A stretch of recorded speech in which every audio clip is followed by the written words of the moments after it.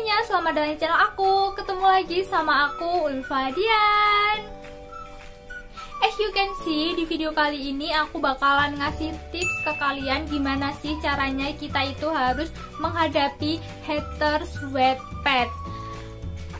Jujur, sebenarnya aku adalah orang yang sulit untuk menerima sebuah kritik. Ya, aku tahu sebagai seorang penulis harusnya kita udah siap gitu kan untuk menerima kritik apapun.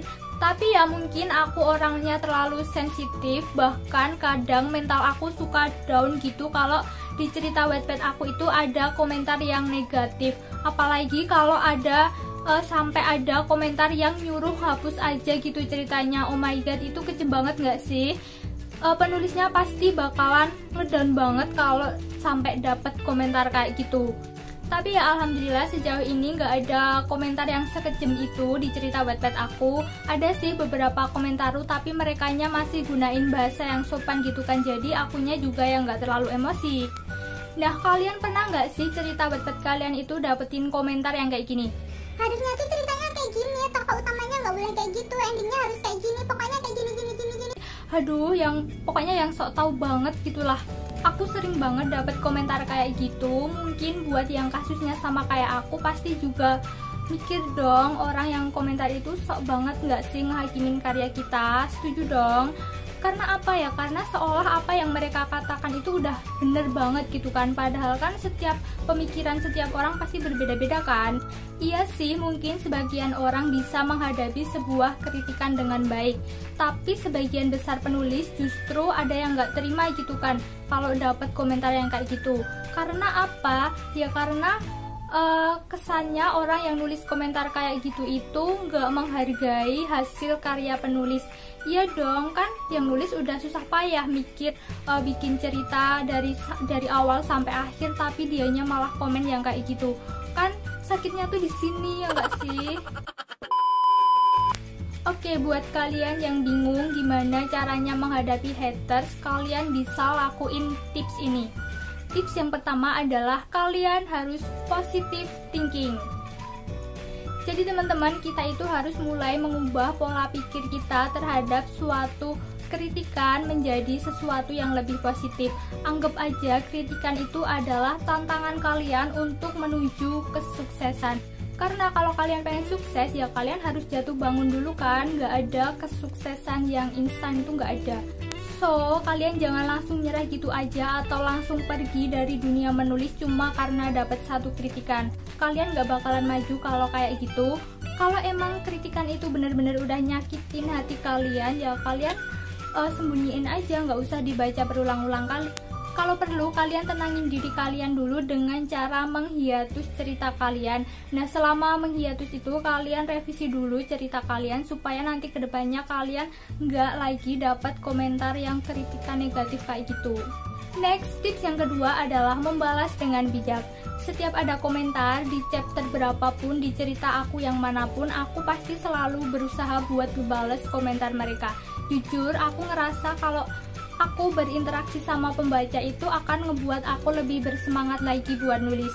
Dan sebenarnya ngebales komentar itu nyenengin kok teman-teman. Bahkan kadang aku suka ketawa-tawa sendiri aja gitu ngebaca komentar mereka yang marah-marah karena pengen cepet-cepet tahu kelanjutan dari cerita aku.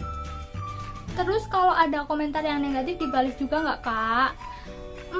Itu terserah kalian sih, tapi nggak ada salahnya juga kan buat ngebales komentar mereka. Tapi cara ngebalesnya kalian harus jelasin secara baik-baik, meskipun di dalam hati kalian itu rasanya kesel banget gitu kan. Jangan pernah sekali-kali kalian ngebales komentar kritikan itu dengan hujatan juga ya teman-teman. Karena apa ya? Karena kalau api ketemu api pasti bakalan membara gitu kan. Udahlah, slowin aja. Next, tips yang ketiga adalah melihat karya kita dari sudut pandang pembaca. Mungkin dari kita sebagai penulis, kita udah ngerasa kalau karya kita itu udah bener dan baik. Tapi melalui pandangan pembaca belum tentu kayak gitu kan. Jadi kalau misalnya kalian dapat kritikan, coba deh kalian pahami dulu isi kritikan itu. Kalau udah, kalian coba lihat karya kalian sendiri berdasarkan sudut pandang pembaca. Sebagai seorang penulis, kita juga harus bisa menempatkan diri kita sebagai seorang pembaca. Karena pandangan terhadap sebuah karya antara pembaca dan penulis itu pasti bakalan berbeda. Next, tips yang terakhir adalah sabar. Menurut aku ini adalah tips yang paling sulit untuk dilakuin ya teman-teman. Karena setiap orang kan pasti memiliki sifat yang berbeda-beda kan. Ada yang emosian, ada yang sabar banget, bahkan terlalu sabar. Udah deh sabar aja kalau kalian dapat root komentar. Karena nggak ada gunanya juga kan kita marah-marah dan itu cuma bakalan nambahin permusuhan aja. Tapi kalau emang dianya udah ngasal ngehina karya kita, ya udah sih diemin aja, biarin dianya kesel sendiri karena nggak ada respon dari kita gitu. Tapi kak, gimana kita mau sabar kalau mereka komentarnya itu frontal banget? Gini ya teman-teman, anggap aja satu komentar negatif itu nggak ada apa-apanya dibandingin 10 komentar positif lainnya. Jadi ya kalian nggak usah baca-baca komentar yang negatif, kalian cukup baca aja komentar-komentar yang positif. Itu cara yang simpel supaya kalian bisa sabar menghadapi haters yang suka komentar buruk di cerita kalian.